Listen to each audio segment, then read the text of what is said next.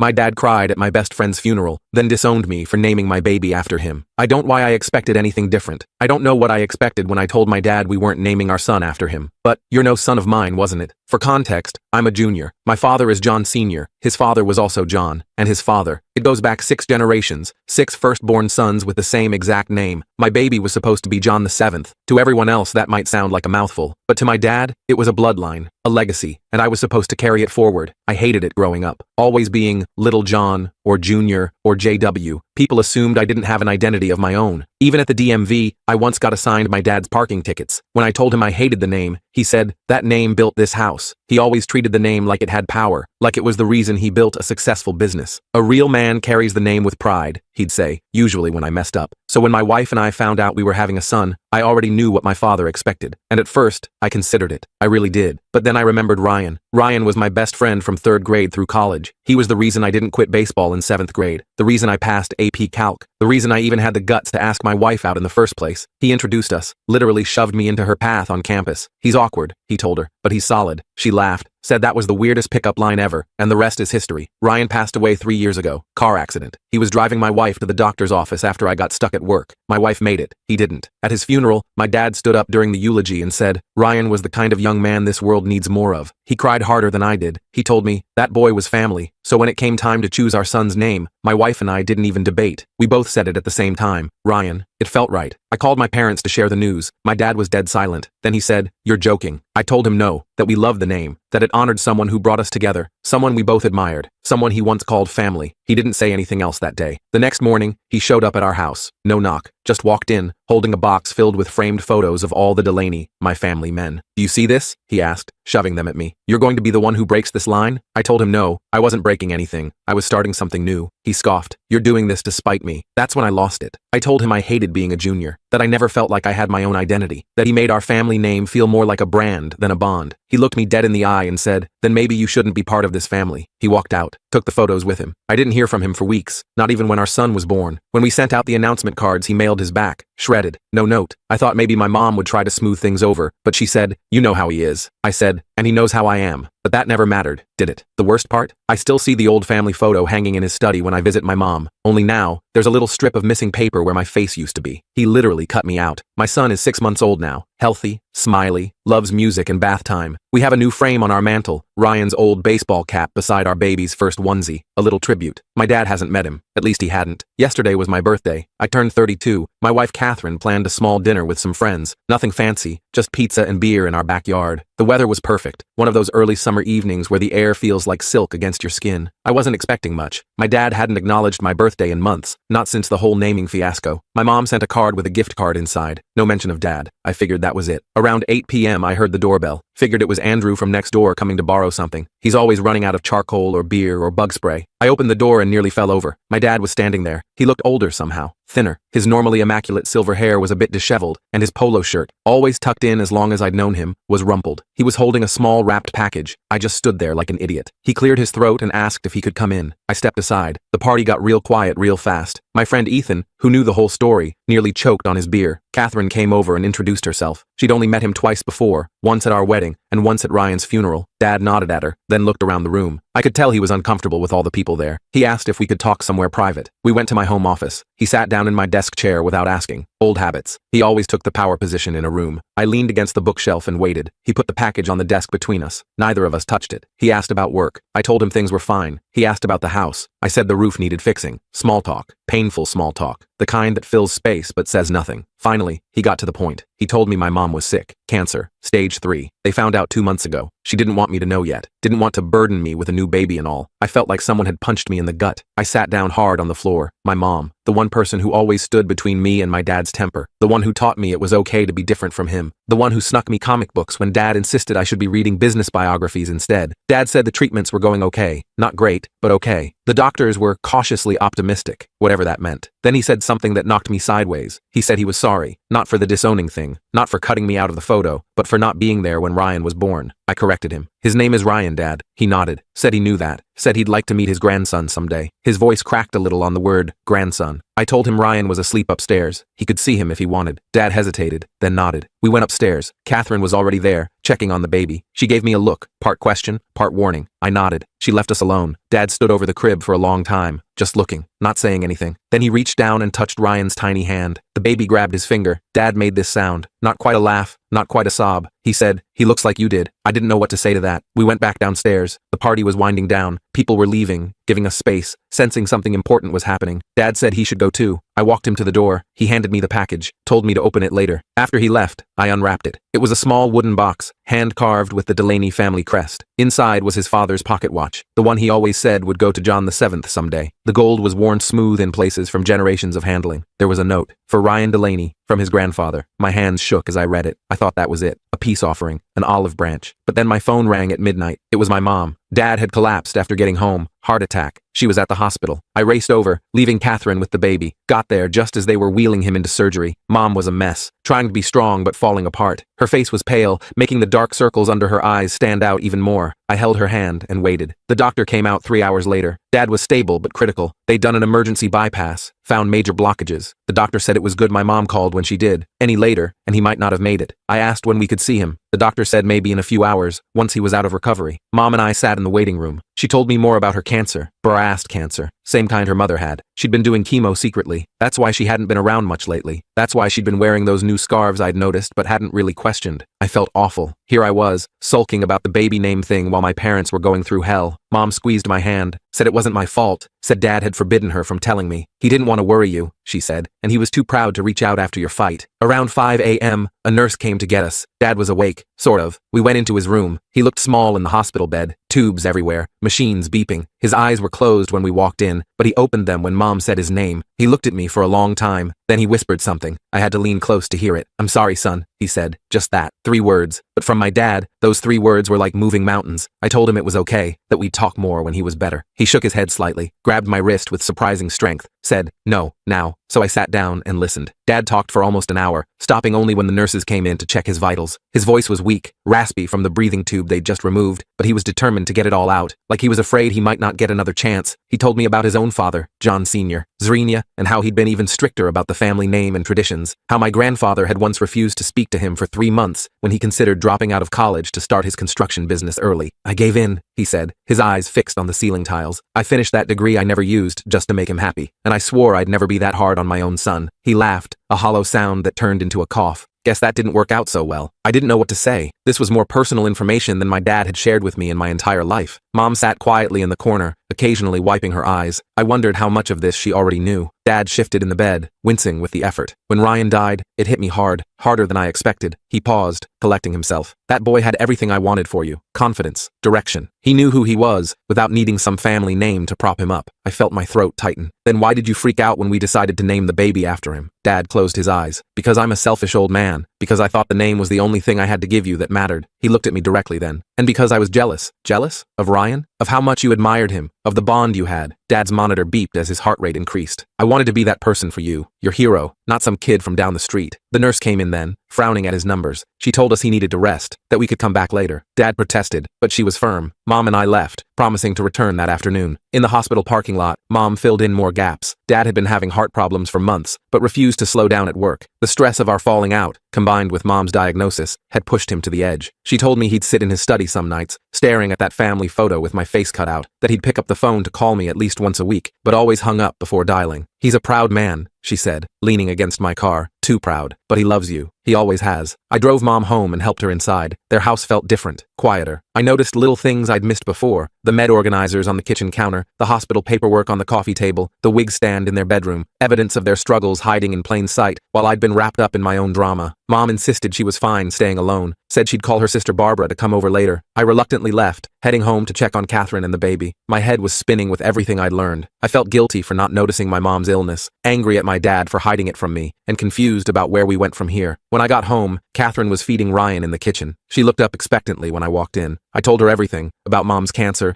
Dad's heart attack, the conversation in the hospital. She listened without interrupting, bouncing Ryan gently when he fussed. So what happens now? She asked when I finished. I shook my head. I don't know. I guess we try to put the pieces back together. The next few weeks were a blur of hospital visits, doctor appointments, and sleepless nights. Dad improved slowly, moving from the ICU to a regular room. Mom started a new round of chemo that made her even sicker than before. I took family leave from work to help shuttle them both to medical appointments. Catherine was amazing, juggling the baby and picking up my slack at home without complaint. One afternoon, about 2 weeks after Dad's heart attack, I brought Ryan to the hospital. Dad was sitting up in bed, looking more like himself. He'd gained back some color, and the nurses had helped him shave and comb his hair. When he saw us, his face lit up in a way I hadn't seen in years. "There he is," Dad said softly, as I approached with Ryan in my arms. "There's my grandson." I hesitated, then carefully placed Ryan in his arms. Dad looked terrified for a moment, like he might break this tiny human. Then Ryan grabbed his finger, just like that night at our house, and Dad relaxed. "Hello, Ryan," he said, his voice thick with emotion. "I'm your Grandpa John." It should have been a perfect moment, a new beginning, but as I watched them together, something nagged at me. Dad seemed sincere in his apology, in his acceptance of Ryan's name, but was it just because he was facing his own mortality? Would he have ever come around if he hadn't gotten sick? If Mom hadn't gotten sick? I pushed the thoughts aside. It didn't matter now. What mattered was moving forward, rebuilding our relationship, making sure Ryan knew his grandfather. Dad looked up at me, his eyes wet. "He's perfect," he said. "You did good, son." For the next month, things were better. Not perfect, but better. Dad came home from the hospital. Mom finished her round of chemo and got slightly better news at her follow-up scan. The tumors had shrunk a little, not as much as the doctors hoped, but it was something. Dad and I established a fragile truce. We talked about safe topics, sports, the weather, Ryan's latest milestones. We carefully avoided anything that might reopen old wounds. Then came the family reunion. It's an annual Delaney tradition, held at my Uncle Philip's lake house every July. All the extended family comes, cousins, second cousins, great aunts and uncles, people I see once a year and barely recognize. I almost skipped it this year, given everything that had happened, but Mom insisted we come, said it would be good for everyone to meet Ryan. Dad seemed nervous about it, but agreed it was important. The day started off okay. We arrived around noon. People cooed over Ryan, commented on how much he looked like me, asked about his name. I gave the simplified version, named after my best friend who passed away. Most people nodded and moved on. A few of the older relatives looked confused, but didn't press. Then my great-uncle Frank arrived. He's my grandfather's brother, in his late 80s, sharp as a tack, and completely unfiltered. He made a beeline for us as soon as he spotted the baby. "So this is the new Delaney boy," he boomed, peering at Ryan in Catherine's arms. "John the 7th. Quite a legacy you've got there, young man." An awkward silence fell over our little group. Dad tensed beside me. I cleared my throat. "Actually, his name is Ryan. Ryan Thomas Delaney." Frank's bushy eyebrows shot up. "Ryan? Not John?" He looked at my father in confusion. "John, you broke the tradition?" Dad's face flushed red. I could see the muscle in his jaw working, the way it did when he was angry but trying to control it. "It was my son's decision," he said stiffly. Frank scoffed. "Your father would roll over in his grave. 6 generations down the drain." He shook his head in disgust. "What's next? Selling the family business to strangers?" I felt Catherine stiffen beside me. She handed Ryan to me and excused herself, probably to avoid saying something she'd regret. I bounced Ryan gently, trying to stay calm for his sake. "It's just a name, Uncle Frank," I said. "The family legacy is about more than that." Frank wasn't having it. "In my day, we respected our elders. We honored traditions." He turned to my father. "John, I'm surprised at you, letting the boy get away with this." That's when Dad surprised me. He stepped forward, placing himself between Frank and me. "That's enough, Uncle. My grandson's name is Ryan, and it's a fine name. We're proud of it." Frank huffed and walked away, muttering about kids these days and no respect.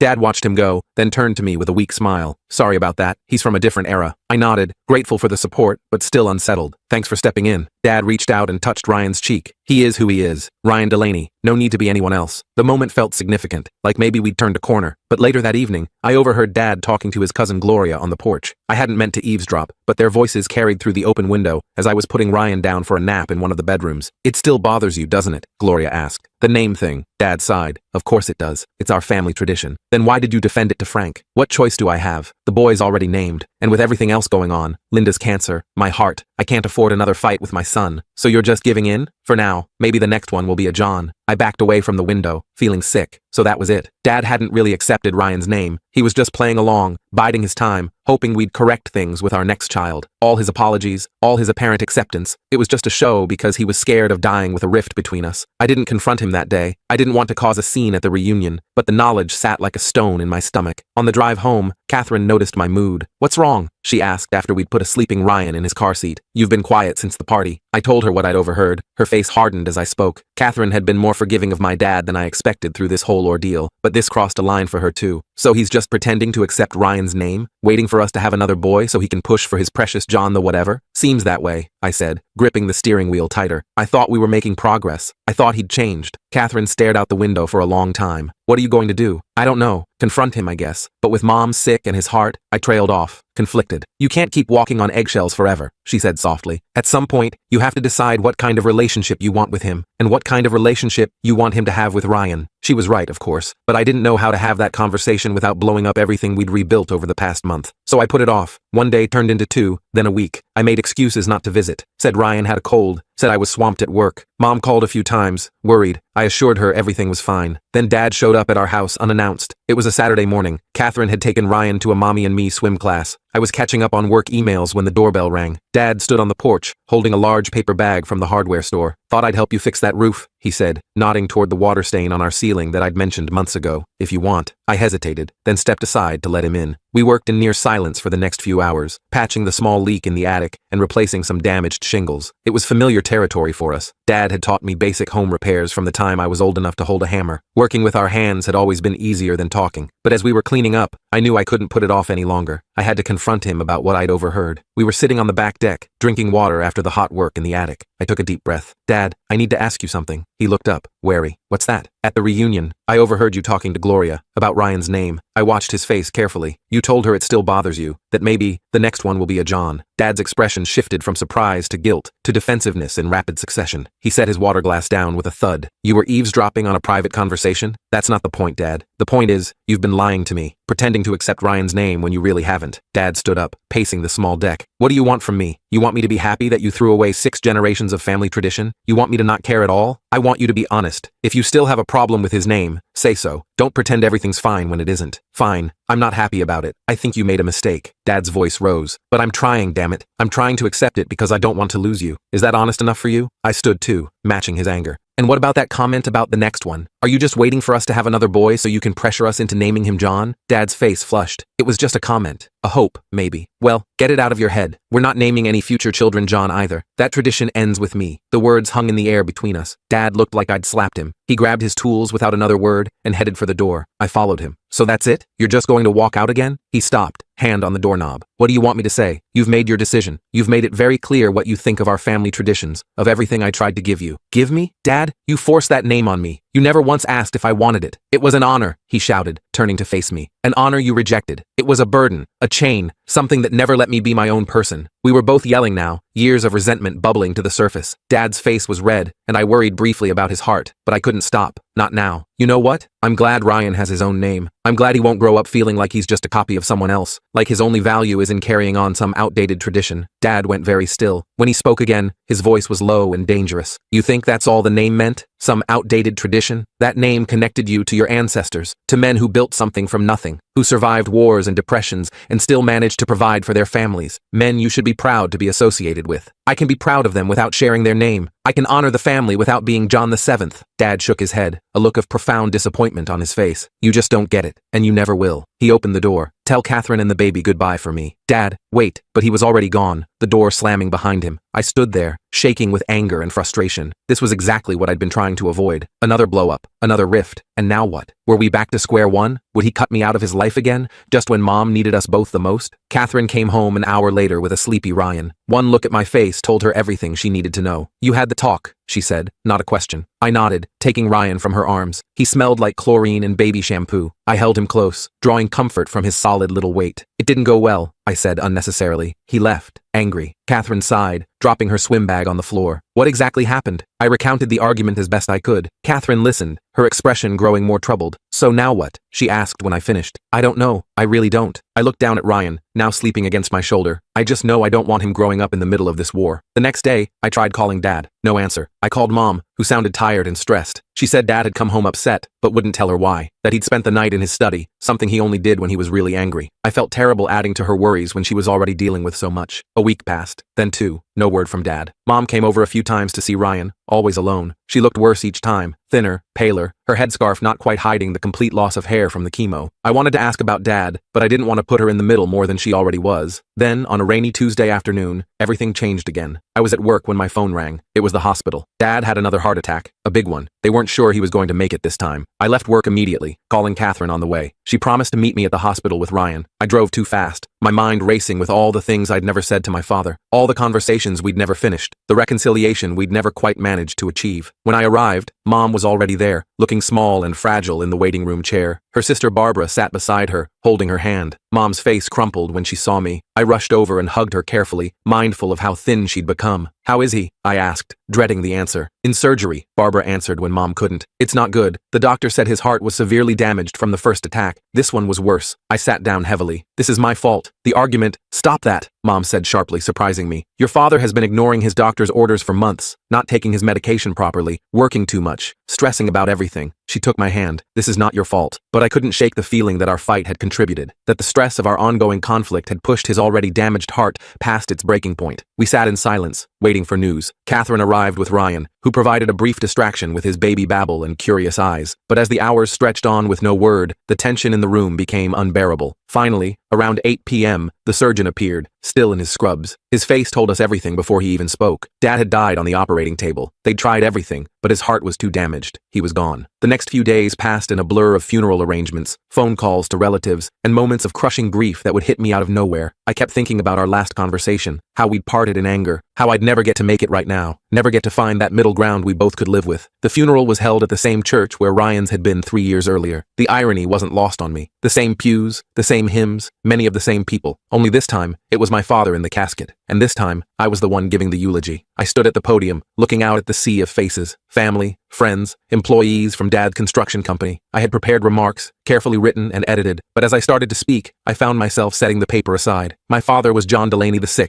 I began. He was proud of that name, proud of the legacy it represented, and for a long time, I resented that pride, resented being John Delaney Jr., Zrania, Sigdavtini. I paused, looking down at where Catherine sat with Ryan in her arms. My son, my legacy. But standing here today, I realized something. A name isn't just a label, it's a story. My father's story was one of determination, hard work, and yes, sometimes stubborn pride. He built a business from nothing. He provided for his family. He tried in his own way to pass on what he thought was important. I took a deep breath, fighting back tears. We didn't always agree on what was important. We fought about it, right up until the end. But I never doubted that he loved me, that he wanted the best for me, even if we disagreed on what best meant. I looked over at the casket, at the formal portrait of my father displayed beside it. Stern, dignified, every inch John Delaney Sr. "Dad, I wish we'd had more time. I wish we'd found a way to understand each other better. But I want you to know that Ryan will grow up knowing your story, knowing his grandfather's legacy. And in that way, the name lives on, even if it's not the way you planned." After the service, people lined up to offer condolences. Most were a blur, hands to shake and platitudes to exchange. But one conversation stood out. My father's oldest friend, Kevin, pulled me aside as the crowd was thinning. "Your dad came to see me, you know, after your fight about the baby's name." I shook my head. "I didn't know that." Kevin nodded. "He was torn up about it. Couldn't understand why you'd reject the family name. I told him maybe it wasn't about rejection. Maybe it was about creation, about you making your own path, just like he did when he started his business against his own father's wishes." I stared at him, surprised. "What did he say to that?" Kevin smiled sadly. "He said he'd never thought of it that way. Said maybe he'd been too hard on you, that he was proud of the man you'd become, even if he didn't always show it." I swallowed hard. He never told me that. He was going to. He called me the morning of his heart attack, said he was going to come see you that weekend, make things right. Kevin squeezed my shoulder. "He ran out of time, but he wanted you to know." I stood there, stunned by Kevin's words. My dad was going to make things right. He'd been planning to come see me, to fix what was broken between us, and now he never would. The weight of that missed opportunity hit me like a physical blow. I thanked Kevin for telling me, then found Catherine in the crowd. I needed to hold my son. The reception after the funeral was at my parents' house. My mom's house now, I guess. People filled every room,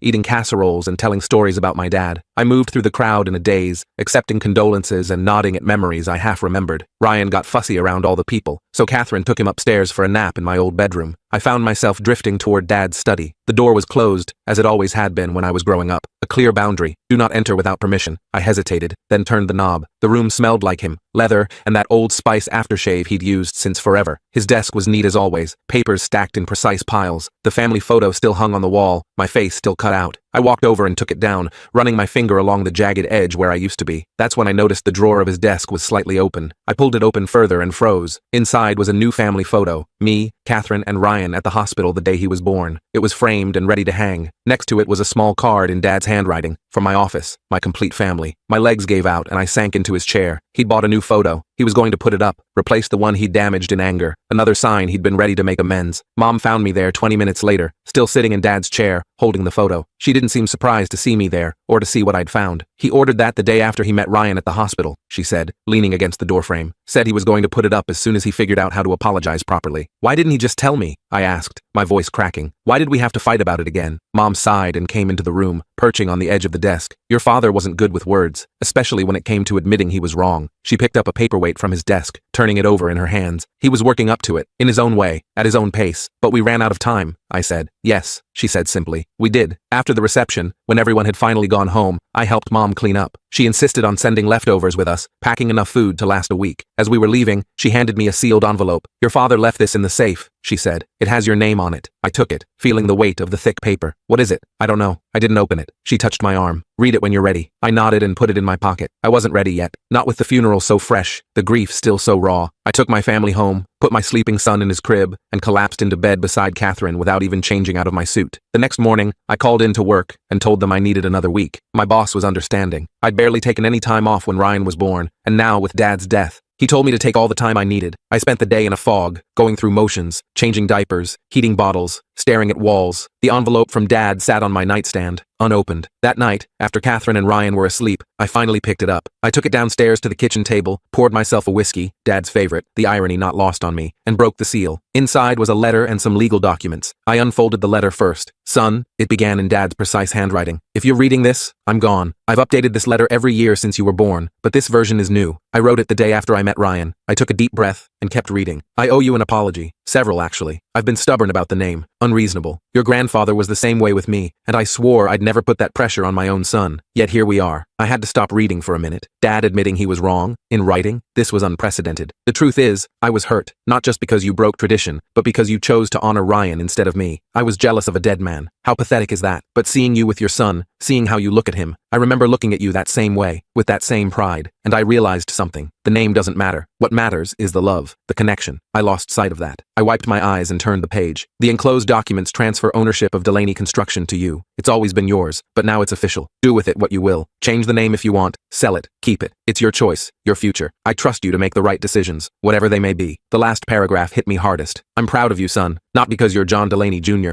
Zrania, but because you're a good man. A better man than me in many ways. You stood your ground when it mattered. You chose your own path. I didn't always understand your choices, but I always respected your courage in making them. Tell Ryan about me someday. Tell him whatever you want, the good and the bad. Just make sure he knows I loved him, even if I didn't show it well, and know that I loved you too, always, your father. I sat at the kitchen table until dawn, reading and rereading the letter, thinking about all the conversations we should have had, all the things left unsaid between us, but at least I had this, his final words, his blessing, in his own way. The next few months were hard, really hard. Mom's cancer took a turn for the worse after Dad died, like she'd been holding on for him somehow, and now she could let go. The doctors tried a more aggressive treatment, but it was too late. She passed away just before Ryan's first birthday. I lost both parents in less than 6 months. It felt unreal, like some cosmic joke. The double grief was overwhelming. Some days I could barely get out of bed, but I had Catherine, I had Ryan, I had responsibilities, so I kept going, one foot in front of the other. I took over Dad's company, learning as I went. The employees were patient with me. Many had known me since I was a kid, visiting the construction sites with Dad on weekends. One day, about a year after Dad died, I was going through some old files in his office at the company headquarters. I found a folder labeled John 7, tucked in the back of a cabinet. Inside were college brochures, information about trust funds, even a few properties Dad had apparently been considering purchasing as future investments for his grandson. All prepared before Ryan was even born, before we told him the name. It was another glimpse into his mindset, his expectations, but instead of making me angry, it just made me sad. Sad for all the plans he'd made that would never happen. Sad for the relationship he'd never have with my son. That night, I talked to Catherine about something I'd been considering for a while. Our second child. She was 4 months pregnant, and we'd just found out it was another boy. We hadn't discussed names yet, both of us a little gene-shy after everything that had happened with Ryan. What about John? I said quietly as we lay in bed. Not as a first name, as a middle name. Catherine propped herself up on one elbow, studying my face. Are you sure? After everything? I nodded. I've been thinking about it a lot. Dad was wrong about forcing the name on me, about making it this huge legacy thing. But he wasn't wrong about wanting to be remembered, about wanting that connection to continue. She placed her hand on her growing belly. So what would his first name be? I was thinking, Thomas, after your dad. Thomas John Delaney. Catherine's eyes filled with tears. My dad would love that. And I think my dad would too. Eventually, I smiled. He'd probably grumble about it not being a first name, but he'd come around. We decided to keep the name choice private for a while, just between us. When Thomas was born 3 months later, we announced it to the family without fanfare. Just a simple birth announcement. Thomas John Delaney, 8 pounds 2 ounces, born 3:17 a.m. My Uncle Philip called first. John is a middle name, huh? Your dad would have had opinions about that. I laughed. Yeah, he would have, but I think he'd have come around. You know, Philip said thoughtfully, your grandfather's middle name was Thomas. Did you know that? I hadn't. Dad had never mentioned it. Really? Yep.